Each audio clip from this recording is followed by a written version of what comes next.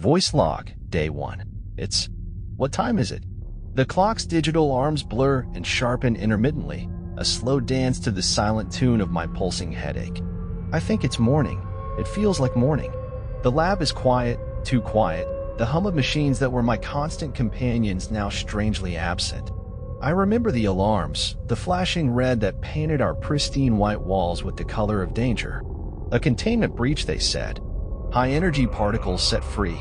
They evacuated the facility, or so I thought. The protocol was clear. I was meant to be on the other side of those sealed doors. I'm not. The air, once so sterile and controlled, now tastes different. Is it just fear tricking my senses? I can't tell. The facility, a temple to science and order, now feels like an abandoned cathedral, echoes of the devout long since faded. It's funny, I always craved a moment of silence in here, away from the constant chatter and clanging of progress. Now I have it, an ocean of silence, and it's deafening. I don't feel different, not really. Shouldn't I? If the particles have embraced me, shouldn't I feel their grip? But there's just this disorientation, like waking from a dream you can't quite remember, but it tugs at the corners of your consciousness. I'm documenting this, not for the bureaucracy that will undoubtedly dissect every second when they find this, but for clarity, for my own sanity, perhaps. They say when you're lost, you should stay put, make yourself known. Well, here I am, making myself known to a digital diary because every other line to humanity is dead. I did the checks, the protocols. My dosimeter reads normal, but then again, I always thought if something like this happened, there'd be more. Fanfare? Pain? Something immediate and undeniable. But there's just this slight buzz in my skull, an uninvited guest that's overstaying its welcome. What now? Wait for rescue, I suppose. Or for symptoms. They say radiation is a silent thief. It takes from you without a sound. Maybe it's already rummaging through my cells, taking what it pleases. I feel like I should be doing something, but what do you do when the enemy is inside you? Invisible, intangible. My hands look the same. My body feels the same. If I'm standing at the start of the end, shouldn't there be a sign? A mark?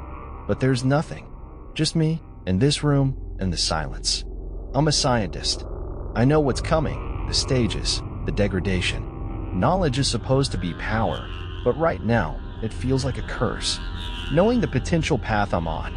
But today, I'm mostly me. A little dizzy, a touch out of sorts, but me. I'll keep this log, chart my course through whatever comes. For science. For whoever finds this. For me. Day 1. The silent thief has visited. I just don't know yet what it has taken with it. Voice log. Day 2. My tongue feels wrapped in foil, each swallow a reminder of the alien taste that's invaded my mouth. It's like I've been chewing on coins, a metallic tang that seems to seep from my very bones. I'm documenting this, voice shaky, a testament to the unease that's settled in my stomach like a squatter in an abandoned house. I slept, I think. It was more of a drift into darkness, a sea without dreams. There's this low-grade throb behind my eyes, a drumbeat soft but insistent. It's the herald of a headache, one I can't seem to wish away. The lab is a mausoleum now. The screens that once flickered with data are dark, the equipment still. If these walls could talk, what would they say? That I'm a fool for not screaming, for not clawing at the sealed doors? Or that I'm brave for sitting here, dictating my own slow demise? I'm not brave. I'm just here. And here feels ever more like nowhere with each passing hour. The fatigue is a weight on my eyelids, a chain on my limbs. I've read the manuals. I've written papers on it. Radiation sickness. I'm becoming a living case study, a chapter in a future textbook maybe. I move from the desk to the floor, the coolness of the tile a small comfort against the heat that seems to be growing inside me. It's a fire, just a spark now, but it's there, an intruder warming my flesh, burning away at what? My health? My time? I think about the others, the ones who made it out. Are they thinking of me? Are they safe in their homes, with families and warmth, unaware that I'm here, becoming less of myself with each tick of the unseen clock? The isolation is a lens, focusing thoughts until they burn. My digital companion, this voice recorder, is a lifeline to sanity, a thin thread to hold on to. I speak, And for a moment, I am more than the sum of my symptoms. I am still a scientist, still a person with a name, with a past. But this name, this past, they seem like artifacts now, remnants of a life slipping through my fingers like sand. The nausea is a gentle wave at the moment, rocking me, but I know the storm is coming. I've seen it charted, predicted, inevitable. Can you brace for a storm you cannot escape? Can you fight a foe that's already inside you, turning your body into a battlefield? I still have hope. It's irrational, a flicker of light in a growing dusk, but it's there. Hope that this is just a false alarm, that the sickness will pass, that the doors will open, and I'll walk out of here. Hope is a cruel thing sometimes. If you're listening to this, if someone finds this after I'm no longer able to speak, know that I tried to understand. Not just the science, but the why. Why me? Why this? Why anything? Maybe there are no answers. Maybe this is just the way of the world, chaos dressed up as order, and we're all just waiting for our own personal disasters. But until the answers come, or the end, I'll keep this log. It's my voice in the silence, my humanity etched into digital memory. Today, the metallic whisper is a reminder that I'm still fighting, still here. Voice log, day 3. Today, I woke to the sensation of autumn in my hair, the kind of brittle, dry feeling of leaves that crumble at a touch. But it's not autumn, is it? It's just me, a part of me falling away. Strands of hair, once thick and defiant, now lay surrendered on my pillow. A casualty of an invisible war. I brushed my teeth this morning, or what passes for morning in this timeless tomb, and tasted iron. But it wasn't just the taste, there was blood, a ribbon of crimson against the white sink. My gums, traitors to my plight, weeping red. I rinsed and spat, watching the life in me swirl down the drain. I look at my skin, and it's like a map of a strange land, one where the borders are drawn in bruises and blemishes. They bloom like unwelcome flowers, purples and yellows against the pale canvas of my flesh. Each one a testament to the fragility that's setting in, to the decay that's creeping beneath the surface. The lab, once so sterile, so controlled, is now a mockery of order. The experiments we conducted, the particles we chased, they're ghosts now, haunting the very air I breathe. I move through the rooms, and my reflection follows in the glass, a specter of the person I was. The irony doesn't escape me. I, a scientist who sought to unravel the mysteries of the universe, now undone by that very pursuit. The quest for knowledge, it seems, has a price, and I am paying with the currency of my own cells. The quiet here is maddening. It's not just the absence of sound, it's the absence of life. The hum of machines, the chatter of colleagues, all gone. Now there's just the sound of my own breathing, a reminder that I'm still here, that my heart still beats, even as it pumps poison through my veins. I'm documenting this, not out of vanity, but out of defiance. I will not go quietly. I will not fade into the background noise of some forgotten tragedy. My voice will be a beacon, a signal flare in the dark. I am here. I am suffering. I am human. And if this is to be my end, let it be known that I faced it head on. I did not cower or beg for mercy. I stood in the eye of the storm and met it with open eyes.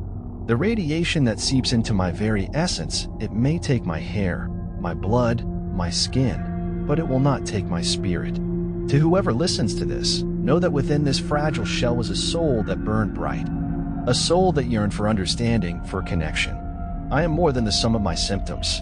I am a dreamer, a thinker, a seeker, and even as my body betrays me, my mind reaches out, grasping for a sliver of eternity. Tomorrow, I may wake up weaker. I may look in the mirror and see less of myself, but I will still be here, fighting, recording, existing. Until the very end, I will remain a testament to the human will, to the relentless pursuit of life, even in the face of death.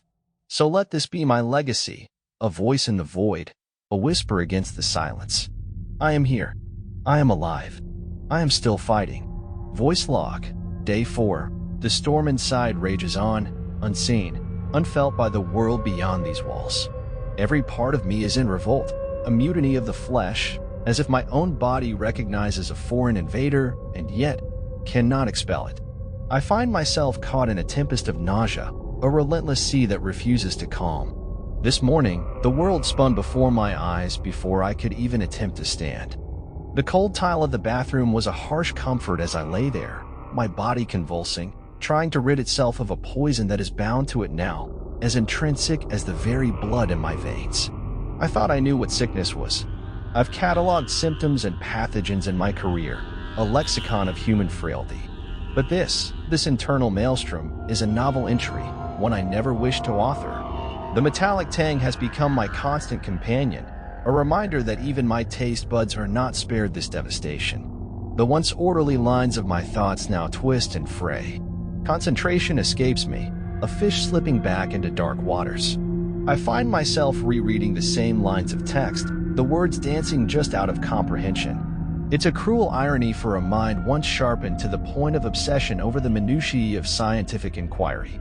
My bowels are no longer mine to command, and I am left dehydrated, a husk yearning for the oasis of clarity. Each sip of water is both a balm and a betrayal, as it brings temporary relief only to be violently rejected moments later. The pristine sterility of this lab now mocks me. Where once I found order and purpose, I now see a mausoleum of ambitions and dreams, untended and decaying as surely as my physical form. The instruments of discovery lay silent, their voices extinguished by the same event that now corrodes my innards. I speak into this recorder, perhaps out of habit or perhaps as proof that I can still form thoughts amidst this cerebral tempest.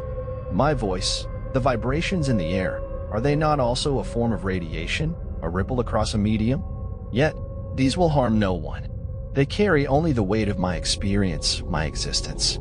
In this isolation, I have become an island, surrounded by a sea of toxic uncertainty. The connection to others, a lifeline once taken for granted, is severed. There is no one to witness my plight, to offer a hand to steady me against the relentless waves of sickness and confusion. If you are hearing this, know that I face this storm with eyes wide open, even as my vision blurs. I am not merely the sum of these symptoms. I am a mind that has pondered the stars, a heart that has known love, a soul that has felt the sting of ambition. I am not just a victim of radiation, but a person, a life, a being of this earth. Tomorrow may bring worse trials. I feel the edges of my cognition fraying, a tapestry coming undone. But while I have voice, while I have will, I will continue to document, to exist, to be more than just this. Storm. In the eye of this unseen tempest, I stand defiant. Let the record show that I did not falter in spirit, even as my body betrays me. Let it show that, though I walked in the valley of the shadow of death, I feared no evil, for I am the master of my fate, the captain of my soul. Voice log, Day 5. I'm engulfed by an invisible siege. My once trusted defenses, now riddled with unseen breaches, falter under a relentless barrage. The vigor of my body, the sanctity of my cells, all succumb to the silent, ceaseless onslaught of an enemy that's both nowhere and everywhere within. My fever climbs, a scorching testament to the war within. Each degree a mile marker on this treacherous road I traverse. My skin, once the barrier between myself and the world, now a traitorous canvas, flushed with the heat of conflict. It's as if I can feel the skirmishes, the microscopic battles waged beneath the surface. The body I've honed through years of discipline and care has become a petri dish for infections, a breeding ground for unseen aggressors. I am but a host, a nurturing environment for everything but my own well-being. I am a city under siege, and the invaders show no sign of retreat. Emotions, once mastered and meticulously managed, now surge and swell like tides too wild to tame. They crash over me, and I am adrift. I oscillate between a stoic numbness and a despair so raw it threatens to consume me whole. I'm a mariner at the mercy of a storm-tossed sea, with no horizon in sight. I find my thoughts wandering to those I've loved, to memories that flicker like the flames of a dying fire. They dance just out of reach, taunting with the warmth of what once was. Glimpses of smiles, echoes of laughter, all now shrouded in the creeping fog of my current reality. And looming over this all, the specter of doom, a shadow draped across my every moment. It whispers of an end, a cessation of the struggle. I'm torn between a primal urge to survive and a creeping resignation to the inevitable. But I am still here, still pressing the record button, still casting my voice into the void of this digital diary. My story will not be silenced by decay, by the treachery of my own flesh. For as long as I draw breath, I will speak. I will bear witness to this journey, this battle I never sought to fight. If this is to be my legacy, let it be more than a chronicle of suffering. Let it be a testament to human endurance, to the spirit that burns even when the body falters. Let it show that I face this invisible siege not with fear, but with a heart unyielding. The night draws near, and with it, a strange camaraderie with the darkness. It envelopes me not as an oppressor, but as a companion in this solitude. In its embrace, I find a bittersweet solace, the quiet before the storms return with the dawn. Tomorrow's sun will rise, whether I witness it or not. The siege will continue, the battles will rage on. But this voice, this record of one scientist's fight against an invisible foe endures. Voice log, Day 6. I've become a stranger in my own body. The rebellion has started, silent and treacherous. The very fabric of my being is tearing apart, fibers unraveling, systems failing. It's an insurrection from within. My organs turn against me, coerced by an unseen mutiny. Every breath is a shallow victory, every heartbeat a drum echoing in an empty chamber. I thought I knew weakness, thought I understood the limits of my own flesh.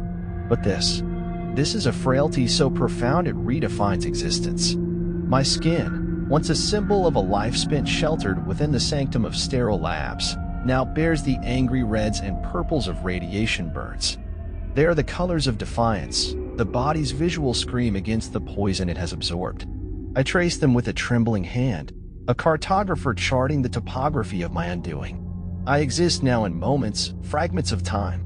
There are flashes of clarity, so sharp they nearly blind. In these instances, I see the world with a painful acuity, every detail an assault on my senses. And then, just as quickly, the fog descends, and I am lost again. This lab, my fortress of solitude, has become a mausoleum.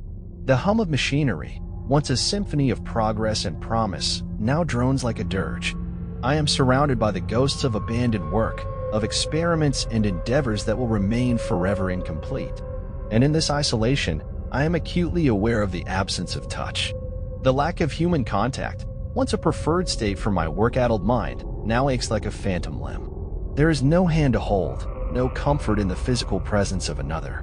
I am adrift in a sea of solitude, my cries swallowed by the void. I can feel the rebellion spreading, a slow march through every organ, every tissue. My body is a battleground, and I am the territory being claimed. Pain is a constant, a companion that whispers of my betrayal from within. It's a reminder that even in the quietest of rebellions, there is suffering. Yet, amidst this internal chaos, I cling to the remnants of my purpose. My voice, this record, is my final defiance. I will not go quietly into the night of my own biology's making. As long as I can speak, as long as my words can be captured in this digital haven, I resist. Tomorrow, if it comes for me, will be Day 7. I do not know what voice will remain to me, what clarity I can muster. But today, on Day 6, I am still here. I am a scientist. I am a human being faced with the end. And I will not let this rebellion within steal the story of who I was, who I am, in these final days. Voice log, Day 7, the mind. What a delicate, fragile thing it is. It's like glass, isn't it? So solid, so clear, until it isn't. Until the cracks start to show, splintering, fracturing under the weight of something invisible, something insidious. Radiation. Such a silent saboteur.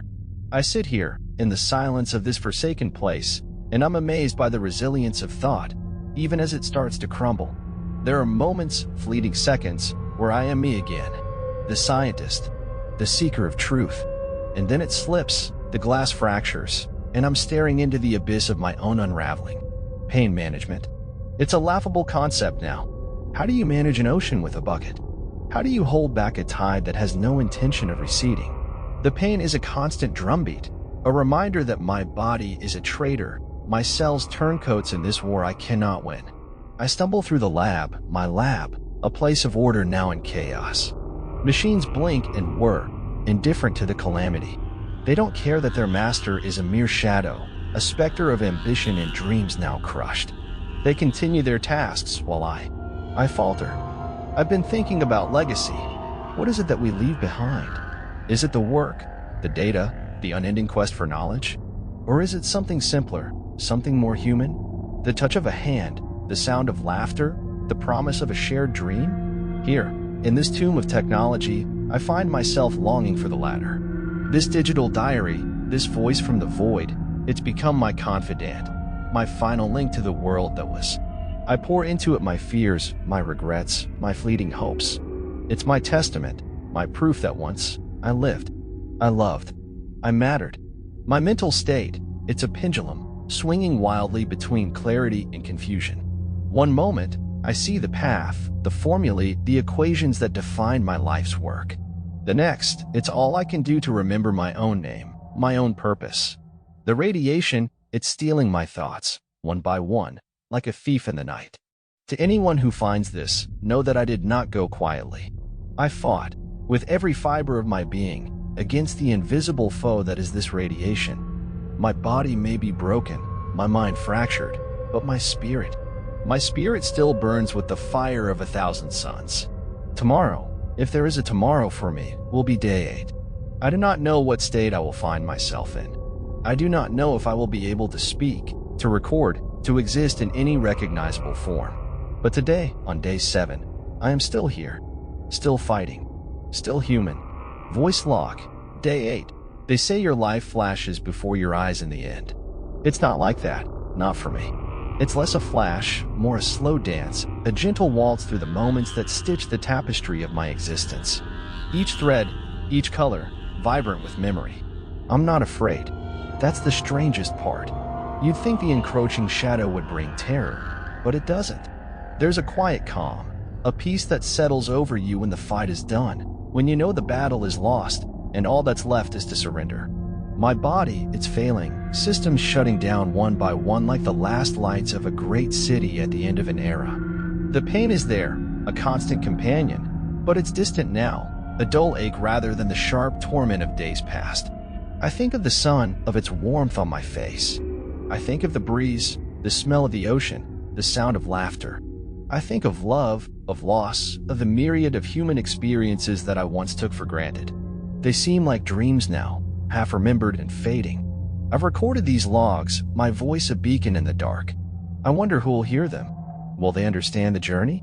The pain? The fear? The moments of clarity and confusion? I've laid bare my soul in these recordings, my final legacy. I hope it tells a story, one of courage, of curiosity, of a life lived. I see it now, the final embrace. It's not cold, not the void I anticipated. It's warm, like a blanket, like arms wrapped around me, holding me as I drift. Is this what peace feels like? Is this the end, or perhaps, in some cosmic sense, a new beginning? To those left behind, I leave you this chronicle. Cherish the time, the moments, the breaths. Each one is precious, each day a gift. Don't squander it. Don't wait for the final embrace to understand the beauty of life. I was. Thank you for listening.